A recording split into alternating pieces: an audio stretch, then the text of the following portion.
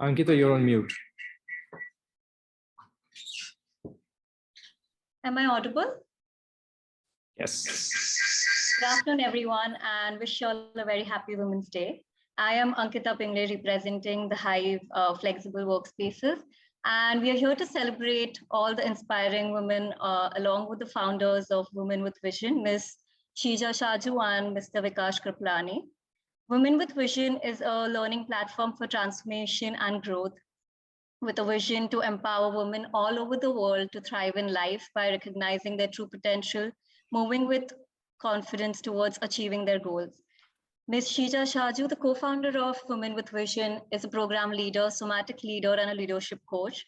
She has trained and coached business owners, CEOs, general managers from IT sector, banking sector, and manufacturing sector.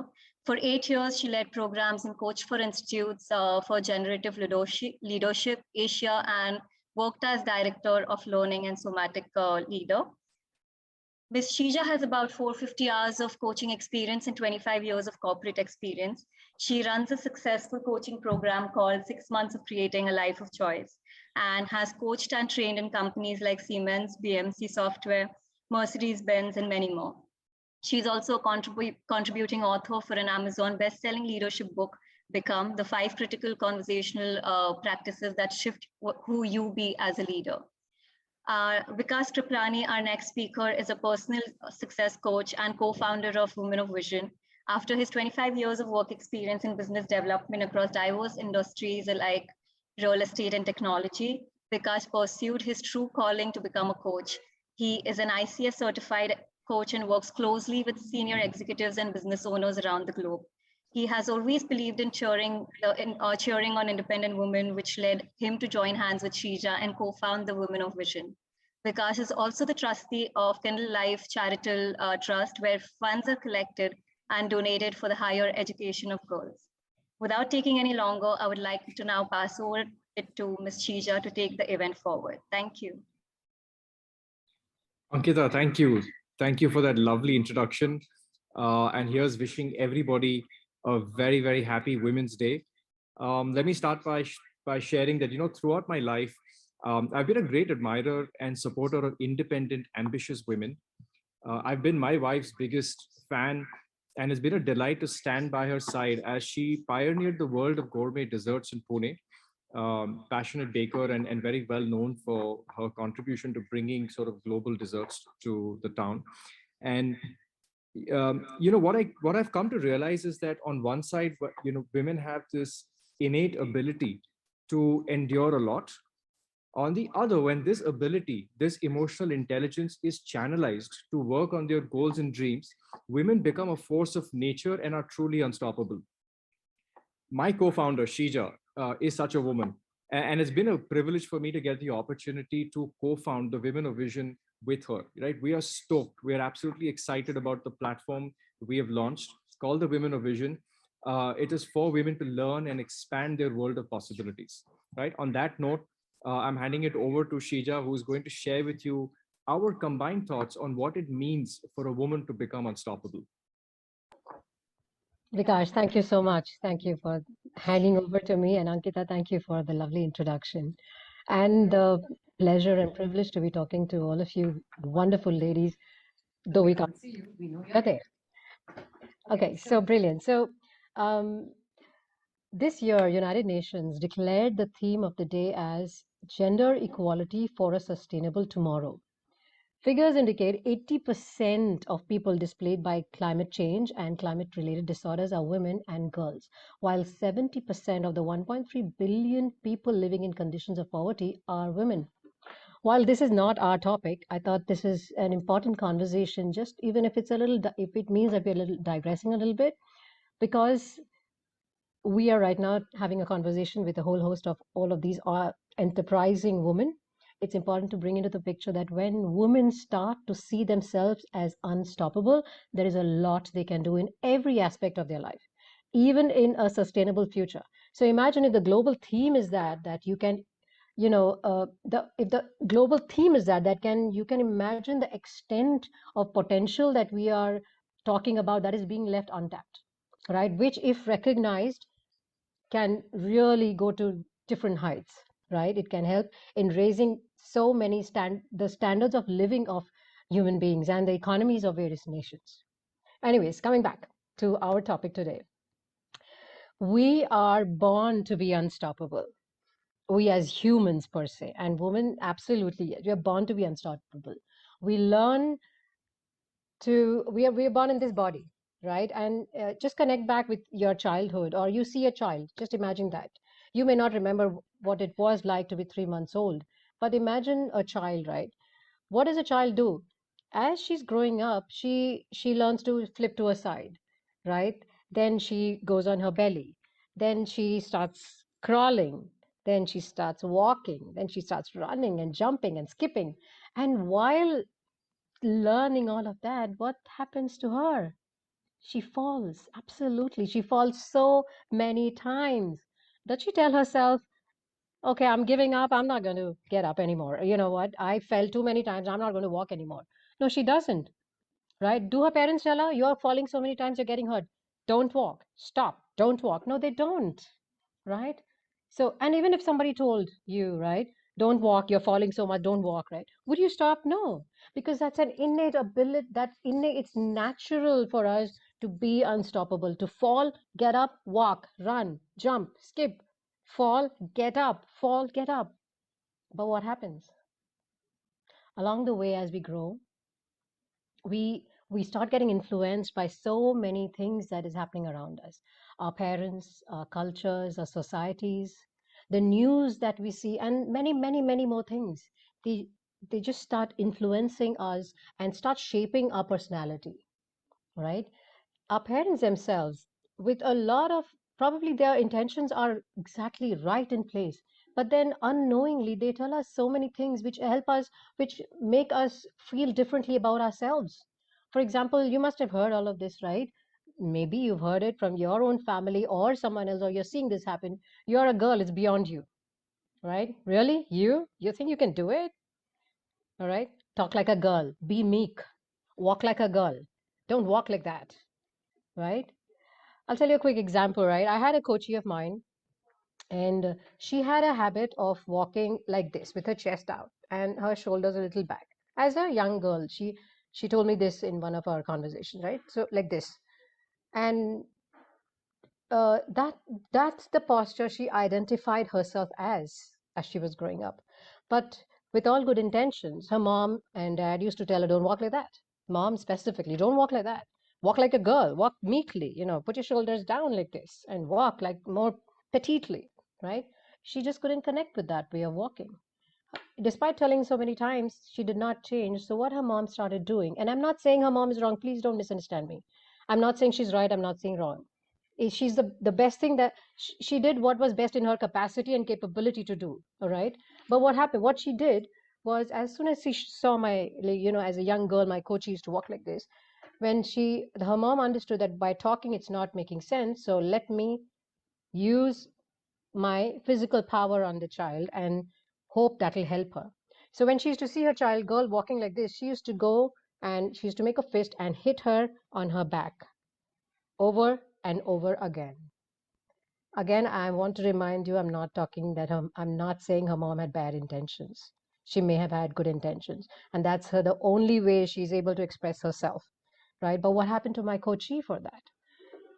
That actually caused her trauma. Did she change her way of walking? Absolutely no. I met her when she was 30 years old. No, she did not change her way of walking, right? But what happened to her? She broke down. That caused trauma in her body. And she broke down physically, also crying in one of our group conversations, because when I had asked her to walk, that just walking like that brought her a memory that was hurtful. There's another coachee of mine. When she was growing up, she always used to think she's ugly. She and the society and people around her did not make her feel otherwise. She just was hearing it over and over again that she is not good looking and she's ugly. And what happened is, unknowingly, as she grew up, she tried to make herself invisible. So whenever there was group meetings, or people used to be together, or a social gathering, she used to go like this, trying to hide her face, trying to be invisible and not be a part of that group or society, or basically anything. She didn't want to be a part. She didn't want to be seen.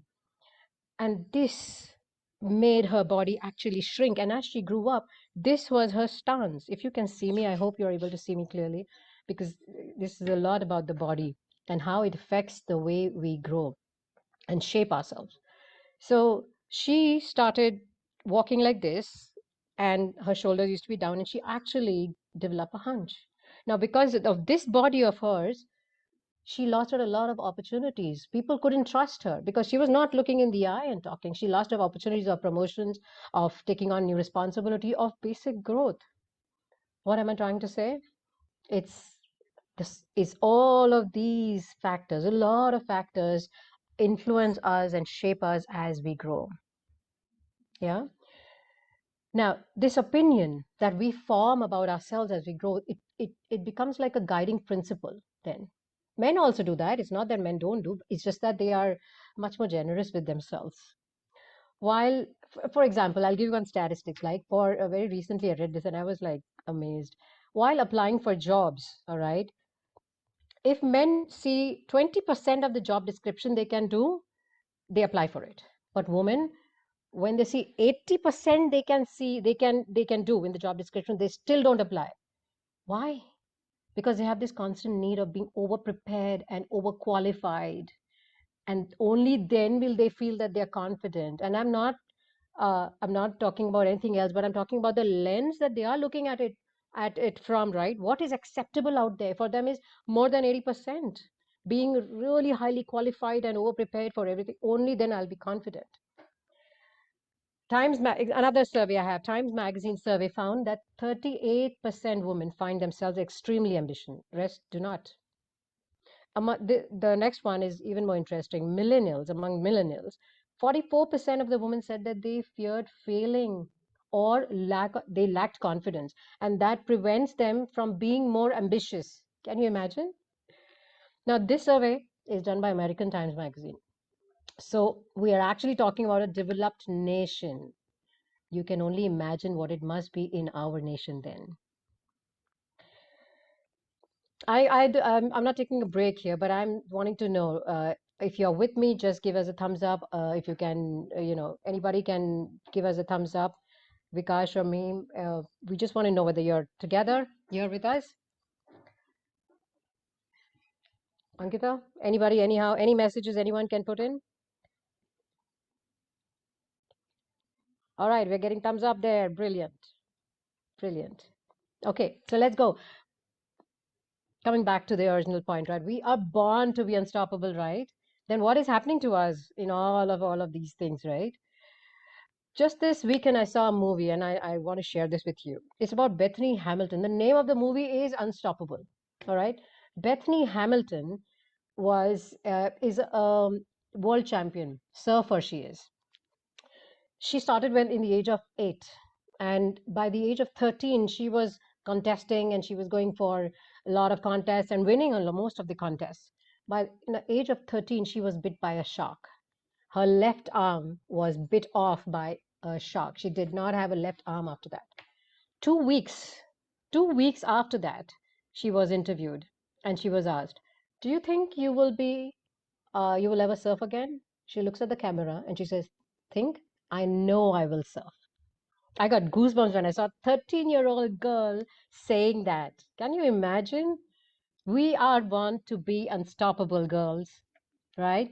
But what happens? We grow up. Now, what did Bethany Hamilton do? Without that one hand, in 26 days, I think she was back. She was back in the water. She was back serving. 26 days of losing your arm, right? Now, mind you, she's 13 years old. The amount of influence everything has had on her is limited to that extent. Goes to show a lot about the environment, the culture, the parents, the conversations she's having with herself and with others, right? So she she grew. She married eventually. She had children, and they showed in that movie she's actually going on to surf, and she has surfed. She went on to ride the biggest surf. It's called the Jaws, the biggest of 60-foot long surf. She went on to ride. She goes in the boat. Her child is there with her husband. She goes on, surfs, goes back into the boat, and she's nursing her child and changing the diapers of the child and going back into the water. What is she doing? She is unstoppable, right? So becoming unstoppable, what does it mean? Dictionary says unable to be stopped. What does it mean? You don't give up, right? You don't give up what? You don't give up trying again and again. And what are you trying? Achieving results.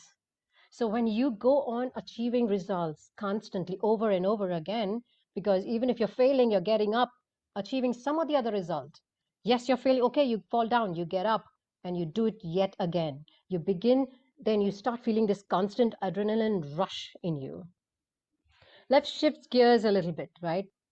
I'd like to make a statement here and see how it connects with you. It's all about results, right? Just soak it in you. It's all about results. You're sitting here, you're watching us talk is for a result, some result that you want. You are sitting and you're watching television, it's for some result. You go and meet a friend, it's for some result. You get some result. You're just doing nothing and just sitting quietly, it's for some result. There is some result that's there. So it's all about results. We're constantly running for results. And how do we get results?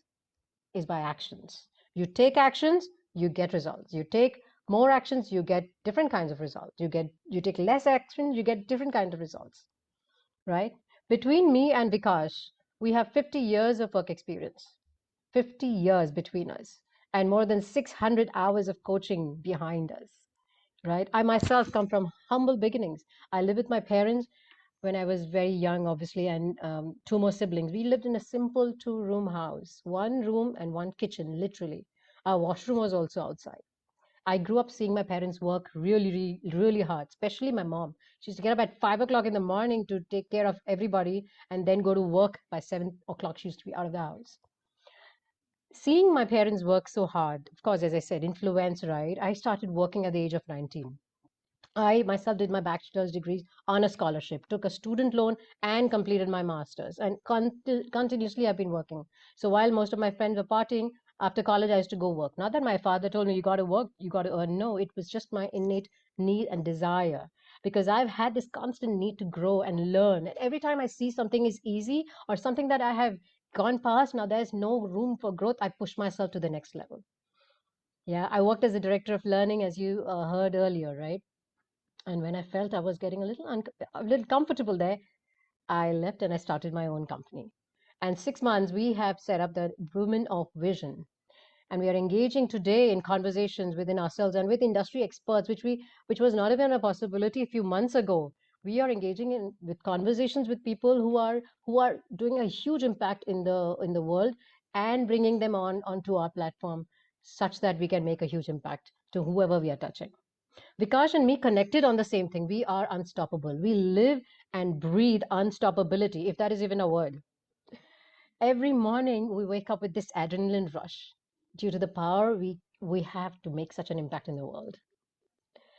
This trait of being unstoppable is nurtured. It's not, it doesn't just stay on, even though we are born to be unstoppable. It needs to be nurtured, and we need to keep training ourselves continuously to be in this zone. So what does it mean to become unstoppable? We'll go to the next level now, to become unstoppable.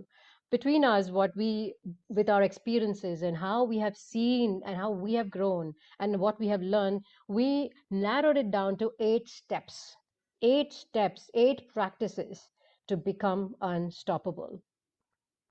The first one, connect with yourself deeply. Understand yourself at the deepest level.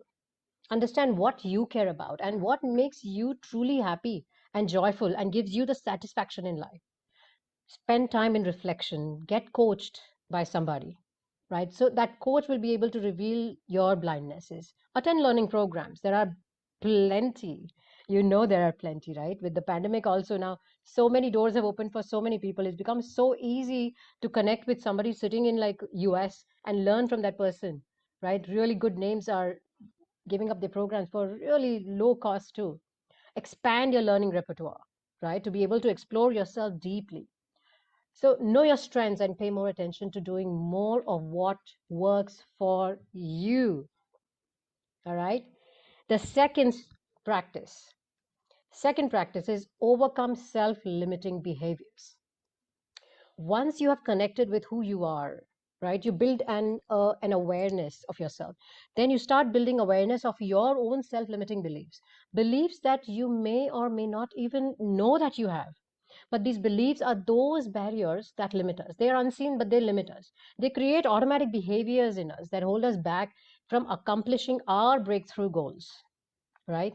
One common barrier that we have seen is I am shy. I am shy. A lot of people don't connect with this, right? That's why, if we have the privilege of you coming and attending one of our programs anytime in the future, we'll be able to go deep and deep in this as to what does it even mean. Right now, I'm going to try to, work around how much time we have, right? I am shy. So we had this coachee long time ago, right? And it was not a program that I conducted. It was a program my someone else conducted, and I was attending it, and I was a part of the program. I was one of the program leaders. But this person comes up, and he is 50 years, very experienced person, and he comes and says, we asked him to describe himself, and he says, "I am shy." He's standing in front of people. He's good. He's accomplished quite a lot. He's 50 years, and he says, "I am shy."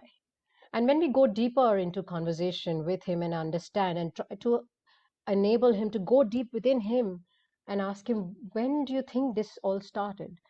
You know what he said? He said, when I was young and I was in college and I was supposed to be a part of a play, and I was just standing at the stage and the curtains opened up and I saw all the crowd and I just forgot my lines. I got brain freeze. I had a brain freeze in that moment. My friends were trying to prompt me with the dialogues, but I just couldn't move. I just went, ah, that's it. And I was booed. People booed me. People really put me down in that moment. That's when I realized I am shy. And then we went deeper in him. Really? So till that time, you were not shy. In that moment, you became shy, right? What he realized was, with of course the conversations went much deeper for him to come to realization. I'll just take you to the next step, right? What he realized, what he was the one who had created himself as shy in that moment, and that shyness of his was proving to be a barrier. Now when he has labeled himself as I am shy, what is happening is when he's looking at other opportunities coming up, whether it is networking, whether it is talking up in a presentation, whether it is putting his candidature up for certain positions. Oh, but I'm shy. That requires networking. Oh, I'm shy. That requires me to talk to more people. Oh, I'm shy. That requires me to go and present in front of people. I cannot do this. I'm shy because I am now. He is very cozily hiding in his comfort zone of I am shy. Then I don't need to do that. So overcome these self-limiting barriers, behaviors. Very, very important. So here's a practice for you. Right. So what we need you to do is I'm going to give you a question. All right. Make a note of it. If you have a pen and paper handy, brilliant. Otherwise, we'll try to put it out in the chat. Right. So here's a question, a practice for you. What's the single most important thing for you to get better at? Ask yourself this. What's the single most important thing for you to get better at? Write an answer to this yourself and then ask 6 people around you who know you well enough. Deal? If you are giving me a deal, just give me a thumbs up out there. All right, so we did 2, right? We did 1. The first practice was connect with yourself. The second practice was overcome self-limiting behaviors. Third one is cultivate a habit of visioning. Have a clear vision about your life. When you have a clear vision of your life, it's like having a map in front of you. What does a map do? It tells you where you are. Google Maps. Take an example, right? It tells you where you are. And when you put the destination, it tells you where you can go. And it also shows you the route. Simple. So it's having a vision for your life is like having a Google map in front of you, where you know where you are, you know where you have to go. Now you chart out the path, right? And as you go ahead, there will be breakdowns, right? There is construction, physically construction happening, protests happening, road is closed, blah, blah, blah. You divert, you pivot, you change, and you come back on track. Change and come back on track. This is important, and this can happen when you are clear where you're headed. If you don't have the destination in place, You're going to go all over the place, right? You're going to go here, there, here, there. Okay, here the road is open. Let me go this side. But that's not what it is, right? And that's why it's important to have cultivate a habit of visioning. It will give you a sense of purpose. It will help you to make informed decisions, and it will help you how to direct your energy and channelize your energy. For that, create a compelling future, a future that you wake up in the morning for, like me and Vikas do. We wake up in the morning because we have a future in place, and we know that's what will drive my whole day and my actions till I achieve my result. That is that future. Have your why in place. Why do I want to do this? Why do I want to have a different future? Ask yourself these questions. Practice for you for this one, all right? Keeping all your limitations aside. Do not even think of your limitations at that point. All right. This is a practice. Keep all your limitations aside and imagine what your ideal or dream life would look like 5 years from now in the large domains of your life. All right. Like work, finance, health, relationships, giving back, personal hobbies, recreation, everything. All right. Each of these, imagine what it'll look like 5 years from now. In fact, go to a coffee shop and sit if that gives you more space, and or sit in your favorite corner with your cup of coffee, chai, green tea, your energy drink, whatever gives you that solace, and take a beautiful paper, a diary and a pen, and just write. Fourth, we're on the fourth practice. Take 100% responsibility. This one is like my favorite. I thrive in this zone, especially when I'm talking and speaking to people about it. Every goal or a dream or a result that you care about, imagine it's like having a baby. Where what happens when you have a baby? You take 100% responsibility without being asked to, isn't it? So imagine your goal is your baby. Won't you go for it with 100% capacity and capability? Right, yes, absolutely. If you would be in front of me, I'm hoping I'm seeing you nodding. We just have to give ourselves the permission to do the same for our goals. Take 100% responsibility for your life, your dreams, your possibilities, and act on them courageously and persistently as if there is no tomorrow, as if there is no choice. I have to do it. Right? I'm going to give you an example which truly inspires me. Right? This is a true life example. Amanda Lindhout. If you want to Google, you can look her up. Amanda Lindhout has written the book Life. Suddenly I had a brain freeze. I'm forgetting what's her name. Okay, I'll remember it. When I get to it, I'll remember it and I'll tell you. But she's written a book. But she's an American journalist. All right, she used to be, at least. American journalist and freelance journalist. A House in the Sky. Yes, that's the name of her book. A House in the Sky. So that's her autobiography, a biography. She was a freelance journalist and a very adventurous one, that too. So what she did was she went to Somalia. Of all the places she wanted to visit Somalia and write news about it, brilliant. She went with a friend of hers, and they both went there. And what happened when she reached there? She was abducted by the insurgents there. She was abducted by Somalians, yes. And she was held in captivity for 15 months.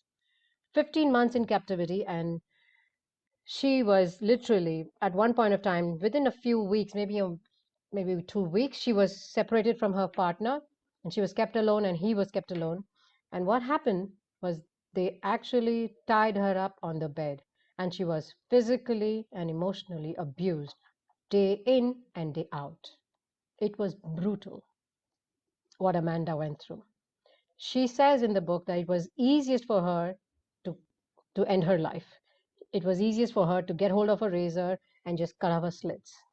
But she chose responsibility. She chose to get out from there. And come what may, I will get out. And I will tell the world what I went through. And I will be the reason why hundreds and thousands of and 10,000s of women and men find the reason to live, find the reason to be alive and make a difference in the world. I will do it. And she did just that because of this responsible behavior of hers and the responsibility that she took for her life and the future that she wanted to create, the results that she wanted to create. She made it possible for her to get out of that place. Today, she's roaming around the world talking about her story. She had come to India too. Okay, coming back. Every time I talk about Amanda, feel this surge of excitement and energy and totally inspired by that lady. Fifth, fifth one is own and manage your emotions. Learn to acknowledge your emotions. This will help you get connected faster to your vision. This will help you go ahead with more clarity and ease. A lot of times, we women tend to brush away our emotions. We like put it under the rug. We say, okay, oh, it's done. Okay, let it be. Let me go ahead. Let me go ahead. But when something happens like this, we tend to push it away, and we put up a brave face. I'm not saying, go ahead and cry, feel sorry for yourself. I'm not saying all of that. I'm just saying, just it's very, very important to acknowledge your emotions, to know why you felt what you felt and how it's shaping you, how it's changing you, because it'll allow you to be back in this moment completely, fully present to take care of the result that you want to achieve. Another example I'll give you, a quick example, right? Me and my son. I have a 15-year-old now. Yeah, he'll hate if I say, if he hears me saying I called him 14, he's 15. But when he was like 8, yeah, we created a rule in the house that we will not leave the house angry. None of us will leave the house angry. All right. And that's when something happened one day. I created the rule and I broke it. I left the house angry, had some altercation with him. I left the house. And when I was on my way to my office, I was sitting in a cab, and I remember this very well. I was sitting like this, and usually my work, the time that I spend from my cab to my home is me writing down notes, thinking about what I'm going to do, and planning my day. But what I did that day was I just couldn't concentrate. I just couldn't concentrate. I was like this, sitting like this. When I noticed my body going like this, that's when I realized I'm not here in this moment. I'm there with my son, right? I'm inviting you to do this right now if you can, right? Just think of something that makes you uncomfortable, unhappy, angry, or just unhappy and upset. All right? And go in that body right now. Just the normal body for me when I'm upset is my shoulders are like this, and just go in this body. Shoulders are like this, my neck is down, and my chest is really constricted out here. In this body, can you think of anything good? Can you really think of anything good? This body doesn't allow oxygen to come into the brain. It doesn't allow me to think clearly, right? Now, do this. Expand your chest, put your arms out like this.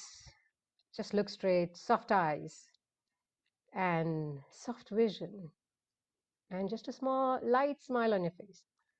What happened suddenly? That problem is still there. That memory, that irritation, that upset, that problem is still there. But right now, how am I feeling? Feeling completely different about it. I can see differently about it. And when I just did like that, took a deep breath, smiled, I realized what I need to do to be here is to make peace with my son. And I called him up and I said, I'm sorry for doing what I did. And I made peace with him. And then I was completely here to take care of what I need to achieve the results what I need to. That's the fifth one for you. Sixth one, communicate with a purpose. A lot of times you will see around, and if you reflect, maybe you'll find that you are probably also doing it or others are doing it. We are either complaining or fighting to be right. We forget, it's not all the time, I'm saying in certain situations, right? We complain, we fight to be right. We forget the end game. We forget the result that we really want to achieve. And we forget what is it that we are doing this for example, in some meetings, right? Suppose some meetings start late or it goes on longer for usual. We, as coaches, me and Vikash have these kind of coaching conversations all the time with corporates, with, coaches. These are some of the problems that everybody faces. Some meetings start late, they go on for longer than usual, or the agenda is completely missed. Everyone is going all over the place, right? And you may find yourself complaining, he or she is always late. He always comes late, or she always comes late. They just don't value our time, right? And so on and so forth. It's important to always question yourself. Why are you doing what you're doing? Why are you saying what you're doing? For what result are you saying what you're saying? When we complain to our colleagues about these things, we instill a thought in them, right? We instill a thought there. And when they nod in agreement, we say, I'm right. See, I told you I am right, right? I'm telling myself, I know I'm right, right? But how is this serving anybody except for gossip? Waste of time is what I would look at it as, right? Communicating with a purpose is all about holding the higher purpose or the results that we deeply care about and aligning everybody for the same results. It also, it's about sharing an excitement of possibilities that result can, that action can give you a result. So instead of complaining, align yourself to the result. I want the meetings to start on time. Now, what do I do that will serve me and everybody else? Maybe you could have a conversation with your manager or whoever is concerned. Maybe trying to understand why the other person is late. What is it that they care for, right? All of this will help in communicating with a purpose. The seventh one, make a blueprint for all your breakthrough goals. Create breakthrough goals. First of all, as we spoke about envisioning, right? Create breakthrough goals and make a blueprint. Working on a breakthrough goal using highly effective, successful principles allows you to build confidence in yourself.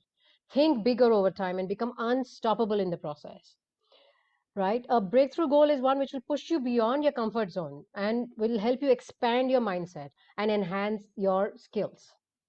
All right. So here's an exercise for you about this. Make a breakthrough goal. Sorry, make a blueprint for your breakthrough goal. It's like a tongue twister for me. All right, the exercise here. Think of one big audacious goal, right? You want to achieve in the next 6 months and make a list you must accomplish within the 6 months. In our program, we teach you the practices required to become a master of milestones and give you the complete framework also required to achieve goals. And, that will excite you and make you want to get up in the morning with excitement. And the next one, the eighth one, right? The eighth practice, tap into possibilities. Possibilities are all around us, believe me. It's almost like, if you look around, you know that there's oxygen and all of this has like little particles. Literally, every particle can be a possibility. It's like that. We just need to look at them and know that it's there, out there, and go for it, right? Let me give you an example. I also run an NGO called Project Azadi, where we teach underprivileged women English, right? And I started earlier with right outside my house, and there's a refuge area, and I called all the ladies of my society, ladies as in the women who are working in the houses, the house help, and I called them up. I called the owners and I said, you know what, I want to start English classes, and I started the English classes there. But that place was becoming small, right? Project Azadi is the name. The place was becoming small, and I was looking for a bigger place, and I didn't know where would I get. And I was like, oh, how is it even possible? Is the first thing that came to me, believe me. And I was just walking outside my house, and I looked at a building there near my house. That building was unused, just like one building, 2 floors. It's unused. And I was like, okay, let me see what this is about. And I realized then it was a building for elderly people, which is being built by the government at that time, but never used by anybody. And that's when I looked at it and I said, possibility. How can I make this possible? How can I get this building? And I went and went and went and got connections. And in 1 month's time, I had a letter in my hand which told me, that is your place. Use it. All my girls, all my students were so excited. They came and we all cleaned up the entire building ourselves. And we had that building for our classes. Of course, now it's gone online. Now I've got a training head, I've got teachers doing all of that stuff. But I'm talking about tap into possibilities. All right. So asking yourself open-ended questions is very important in this zone, right? It's not about, can I do this? But it's about, how can I make it happen? What all will I have to take care of to make this happen? For example, when an employee leaves your organization or company, right? The company owners usually, or the managers and all, usually going to, oh no, this is a disaster. How will we manage this? This is so much blah, blah, blah. They go into disempowering moods. Instead of that, ask, now that this has happened, how can I make this as the best thing that has happened to me? Align yourself to your vision, your breakthrough goal. Create steps. 8 practices that we have given you is all about that. Create a blueprint and put in actions to reach there. A lot of external factors are going to influence you. All right. So, but you know what? One thing about you and me, we are made to be unstoppable. recognize that, right?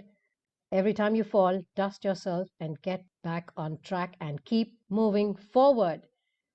Not all your ideas are going to be taken, not all your deals will go through, right? The world is not, it is not a bed of roses. The book didn't sell, okay? Things may go sideways. Your project proposal was denied. Your manager didn't even acknowledge you. Happens, all of this will happen. Dust yourself and get back on track and keep moving forward. When you fail, dust off and you go again, girl. Some of us may have to get up 10 times, some of us may have to get up 40 times. But when you have a compelling future in front of you and you have your why in place, you keep taking actions, and that will be the unstoppable you. Thank you so much. Thank you for listening in. I'm going to hand this over to my colleague, my awesome colleague here, Vikash. Thank you, Vikash. Thank you, Shija. Um, isn't she a force of nature? It wasn't that exciting? I'm sure all of you have walked away with some key takeaways for yourselves.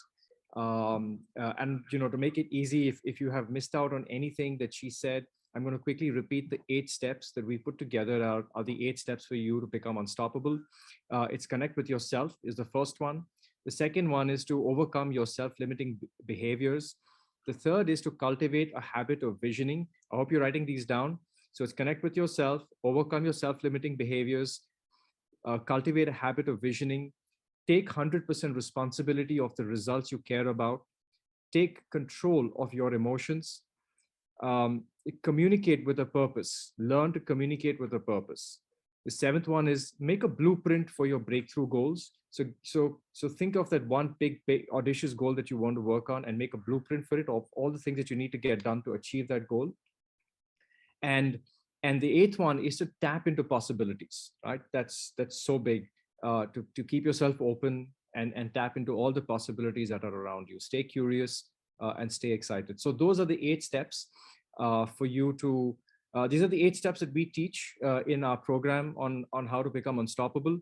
But before I tell you a little bit about the program that we're going to be running, let me tell you that at the end of the day, this is all about us learning, picking up concepts, hearing, watching videos, reading books. But at the end of the day, if something sparks that fire inside you, it ignites you, you connect with something, turn it into a practice. Seek help, look for an accountability partner, do what you have to do, but convert it into a practice. The more you practice it, the more it'll become a new behavior for you. And with that new behavior, you will start generating the new result that actually gets you out of bed every morning, right? So embodiment and practice is very, very important for all the learnings that are available to us. Now, we're putting together, we have these 8 practices being taught in a sort of a 4-week program, but we are starting off with a 3-hour workshop that we're conducting on the 9th of April. We're going to teach in this workshop your first step to becoming unstoppable. We're going to go deep into the practices of what it means to become unstoppable and how to take that first step. A lot of the challenges that we face are because we are even afraid to take that first step, especially when you think of a big audacious goal for yourself. This is going to be a program that will even help you take that first step. Take those baby steps, learn how to celebrate small wins, so on and so forth. So in this program, you'll become really aware of your biggest self-limiting behavior.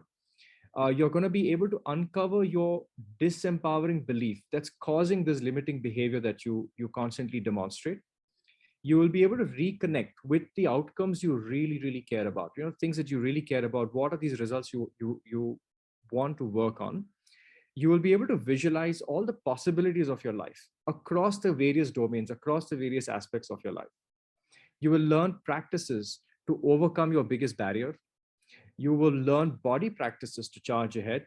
Shija is a somatic coach. She's an expert in the subject, and she will be teaching you body practices to move ahead, right? You will learn to become more confident, to work on your life goals. It's a big thing for all of us, as men included as well. A lot of us suffer from low self-esteem and heavy self-doubt. So becoming confident is a big piece, and that's something you learn in this 3-hour workshop as well. And these 3 hours essentially have the possibility to change your life, like just this first workshop. Of course, those who want to move into the bigger program will always have the opportunity to do that. But this is a 3-hour workshop. It's on the 9th of April. We're conducting this on a Saturday from 3 p.m. to 6 p.m. We have limited seats. All our information is available will be available on our website, thewomenofvision.com. For those of you who are interested in just connecting with us, asking us more questions, sharing some thoughts, we're available on our email, which is thrive@thewomenofvision.com, THRIVE, thrive @thewomenofvision.com. And you can follow us on Instagram, on LinkedIn, on Facebook. You'll have to look for thewomenofvision.com. You'll see other platforms that are probably similar sounding, or with just Women of Vision. So look for the Women of Vision. You'll see our Insta and Facebook and LinkedIn pages. Do follow us there. Feel free to message us there if you want to. So coming back to this program, it's a 3-hour program. It's on Saturday, 9th of April from 3 p.m. to 6 p.m. Your investment in this program is going to be 49 USD, which is $49, is close to about 3,700 rupees. And I've shared with you the email ID. So yes, so connect with us, and feel free to reach out, ask us anything that's on your mind. This is a completely safe, judgment-free zone.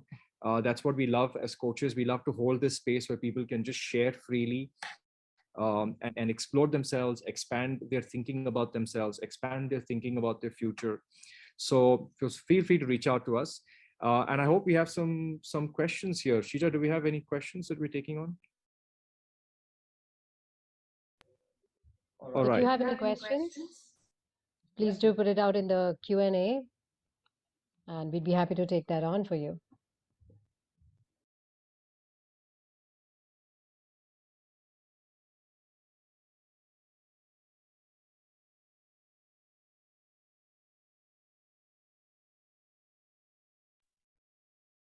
All right. So we're going to give it a minute. We'll Can you- allow some people to send in their questions on chat over here. We've got one question there. Okay. Can you please repeat the 8 points again? Oh, yes. Yes, of course. Happy to repeat the 8 points for you. So the 8 steps to becoming unstoppable. The first step is connect with yourself. Connect with yourself is about knowing your strengths, paying more attention to what works for you, and doing more of just that, right? Doing more of what works for you. The second is to overcome your self-limiting behaviors. There are various practices to identify and overcome overcome your self-limiting behaviors. We teach these in our workshops, but that's the second step. The third is to cultivate a habit of visioning, is to start spending more time in the future you want to create for yourself, right? With the belief that you can do it, and with the openness to creating it for yourself. So cultivating a habit of visioning is the third step. The fourth is taking 100% responsibility, is knowing that you are 100% responsibility for all the results that you generate in your life. So take 100% responsibility of your dreams, of your goals. The fifth is take control of your emotions. The sixth is to communicate with a purpose. Communicate with a purpose is again communicating from a space of focusing on the outcomes you care about, on what possibilities can open up, right? Is to communicate knowing what matters in that space that you're holding that communication. So communicate with a purpose. The seventh is to make a blueprint for your breakthrough goals. So that has two pieces to it. One is identify a breakthrough goal for yourself. What is that one big audacious goal that you want to work on, that will move you outside your comfort zone, that will get you to think about these new skills you need to develop, will help you question your own beliefs and your mindset, and move you to just move to a higher version of yourself by learning more. So think of that one breakthrough goal that will really, really, really get you excited, and something that you want to work on. And you'll just become the version of yourself that will, it'll bring a smile on your face every day. So that's the seventh one, make a blueprint. And the eighth is tap into possibilities, right? Is to be more curious, look around, don't hesitate to ask, network, talk to people, and just stay curious, right? That's tapping into possibilities. So those are the 8 practices. All right, do we have any more questions? So yes, the date and time of the workshop has been put up. It's 9th of April, 3 p.m. to 6 p.m.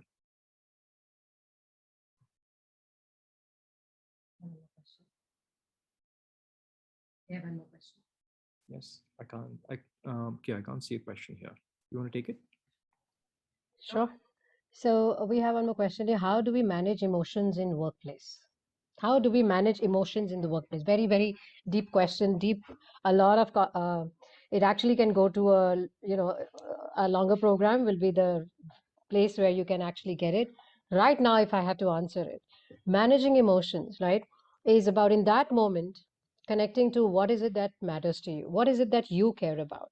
For example, you have a manager or a colleague, and he or she has sent you a nasty email. Anybody. And what is your first reaction to that email is I feel irritated. I feel agitated. I want to like just go ahead and type something out there and respond back to that person, right? Because how dare she do this or how dare he do this? These are the thoughts that keep coming in the mind. How do you manage this? It's important to first connect and understand. It's, I'll tell you, the habituated way is to respond back, is to react. Habituated way for most people. Well, how you can manage this is connect with yourself. Understand what's happening here. What's this happening here? Where am I feeling what I'm feeling? I'm a somatic leader, as Vikash also pointed out. So I go first into the body. One way of managing your emotions is changing your body. So when somebody is saying something like an email hits you, what do you feel in your body? Right? Elizabeth, you've asked me this question. If you can do this with me, right? If an email comes to you which is upsetting you, what do you feel in your body? Right? What I would feel is a restriction in my throat or a lump here, and my chest will feel heavy, and I know I start breathing heavy, and my eyes will be all very rigid like this. Now this body, I'm staring and I'm angry. My fists are all getting tensed up because I'm getting angry. My shoulders are getting tensed up. Now this body will not allow me to think clearly. This body will take me in that zone of more anger, more anger, more anger. React, react, react. But what I need to do is just connect, just understand what is it that I want. Do I want more anger in this between this other person and me? Or do I want to resolve it? If I want to resolve it, will more anger help? Then connect with your body. Just ease out your body, first of all. So if you're feeling tensed up shoulders, just relax your shoulders. Let your eyes become soft. Let your jaws go soft. Open your palms. Open your arms and breathe. And in that moment, that will allow you to connect with what you care about. You care about, oh, I care about this result. What is the result? Not a bad altercation, but a resolve to the problem that has arisen out here. And this body will allow you to think clearly. All right. That's one of the very simplest ways to manage your emotion. It's a very deep topic, Elizabeth, as I said, right? Because it goes very deep. There's a lot of history. There's a lot to do with what actually, how does an emotion even arise in our body? And that we will be doing in our programs. When you go, if at all we have the privilege of you attending a program with us, we go deeper in that and help you manage and help you even design your emotion. How can you design your emotion? You are actually creating your own emotion. It's a big, bold statement I'm making. I don't want to confuse you. So if you don't connect with it, just forget that I said it. All right. But you are actually creating your own emotion. And we work with you in helping you break it down and see what it is. The second way, which for me I learned in one of my somatic workshop, is when you're hit with something, when you're hit with an emotion, all right, one easy way, again, going into the body, is shake it off. Shake off your body just like this, and you're actually dissipating this energy of emotion, of whatever that disempowering emotion is, into out of your body, and you'll start feeling lighter. You'll start feeling much more able to be able to take care of what you want in that moment. So focus on your result and check with yourself, does this body, does this thinking, does this way of reacting work for me? If answer is no, what will work for me and how can I manage it better? I hope I'm making sense, Elizabeth, and to everybody else out here. All right, that's where we are. We don't have any more questions. Elizabeth, if we've made sense to you, please do message. We'd love to hear from you. All right, I get a big caps. Thank you. Thank you, Elizabeth. Brilliant. Lovely. If you can quickly type out, whoever is there, if you can type out what you're taking back from this session, we would be delighted and we would be truly grateful for that, as we are grateful for Hive and all you people for giving us this space to come here, especially Ankita and Mohit, who is in Pune, connecting with us and helping us with all of this infra and helping us do this what we are best at. It's a really insightful seminar, Yes, actually, big for thank you everybody. Thank you so much. to the team at Hive, Ankita, Mohit, Ankit. Thank you, everyone. It's been great to collaborate with you, and we are really excited to see what we can do as we move into the future, both at the Women of Vision and with Hive across the country. So let's go create and let's do something exciting. Ankita, again, thank you. Wish you a very happy Women's Day, and wishing everybody here again a very, very happy Women's Day. I hope all of you have planned something special for yourselves. So please celebrate this evening, make it fun, yeah, wish you all a great, great year ahead. Ankita, you have something to say? I'm just like really glad that we could have this on Women's Day, especially with a brand called the Women of Vision. And it was really insightful for everybody who were present also today. There were people sitting at different cities and watching it from the screen also. So it was really nice. And we're really glad that you guys had the time to come with us and collaborate. Thank you. Totally a pleasure. Thank you. Thank you. Thank you. Bye-bye, everybody. Thank you all. Bye-bye. Thank you.